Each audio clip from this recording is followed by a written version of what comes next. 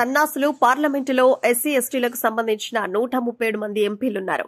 మీతో ఏం లాభమని మహబూబాబాద్ మాజీ ఎంపీ బీజేపీ నేత డాక్టర్ అజ్మీరా సీతారాం నాయక్ మండిపడ్డారు. గురువారం సరూర్ నగర్ లో ఏర్పాటు చేసిన సేవాలాల్ సేన రాష్ట్ర మహాసభకి ముఖ్య అతిథిగా హాజరై మాట్లాడారు. పార్లమెంటులో మొత్తం 543 సభ్యులుండగా షెడ్యూల్ కులాల నుంచి 87 మంది, 720 ఆదివాసీ తెగల నుంచి 47 మంది సభ్యులు, మొత్తం 133 మంది పార్లమెంటుకు ప్రాతినిధ్యం వహిస్తున్నారన్నారు. వారందరూ ఏకతాటిపై ఆయా కులాలకు చెందిన బిల్లుల ఇంప్లిమెంటేషన్ పై మాట్లాడాలని చురకలంటించారు. పార్లమెంటులో నేను మాట్లాడితే కేసీఆర్ ఏం చేసిందో మీ అందరికీ తెలుసన్నారు. ప్రపంచ ఆదివాసీ దినోత్సవం అబాసుపాలవుతుందని ఆవేదన వెలిబుచ్చారు.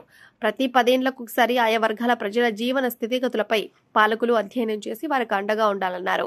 ఉమ్మడి ఆంధ్రప్రదేశ్ రాష్ట్రం నుండి తెలంగాణ రాష్ట్రం విడిపోయిన తర్వాత 32 గిరిజన తెగలు జనాభా 10% ఉండగా వారిలో 6.69% ఒకే భాష మాట్లాడే లంబాడా జాతుందన్నారు.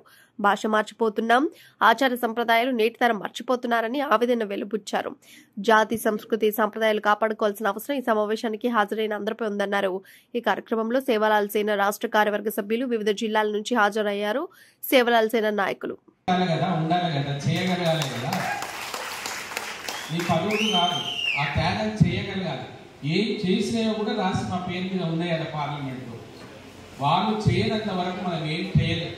నేను మిమ్మల్ని విసిగించుకొని తలుచుకొని ఈ రోజుకున్న ప్రాముఖ్యత ఏంటంటే, ఈ రోజున ఈ దేశంలో లేదా భారత్ ఎక్కడ ప్రపంచ దేశాల్లో ఇది అభాస్పాలైతుంది.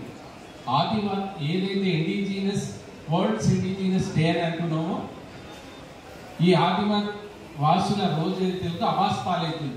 దీన్ని 10 సంవత్సరాలకు ఒకసారి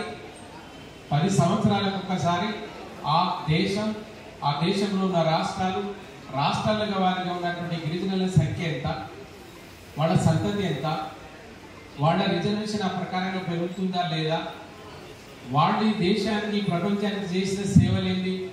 చిన్న ఎగ్జాంపుల్, ఇక్కడ తెలంగాణలో నిజాం కాలంలో దానికంటే ముందు మన ఇక్కడ ఉన్నటువంటి కొమరం భీము గారు కావచ్చు, లేదా జంగి భంగి గారు కావచ్చు,